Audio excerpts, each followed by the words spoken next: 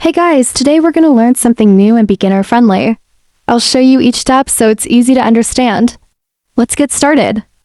Today I'm going to show you the comparison between ClickUp, Monday.com, Notion, and Asana in 2025.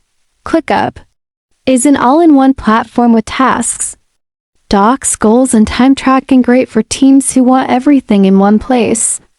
But it can feel overwhelming. Monday.com is simple and colorful, perfect for team collaboration with visual workflows and lots of integrations.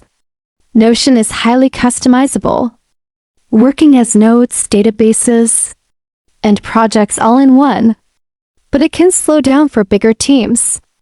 Asana is structured and very user-friendly, built for productivity with task lists, timelines, and automations. Though advanced features are mostly paid, if you want maximum power, ClickUp is best. For visuals, Monday.com shines. Notion is best for creators and flexible work, while Asana is a safe choice for teams focusing on productivity. Thanks for watching. Subscribe for more informative videos.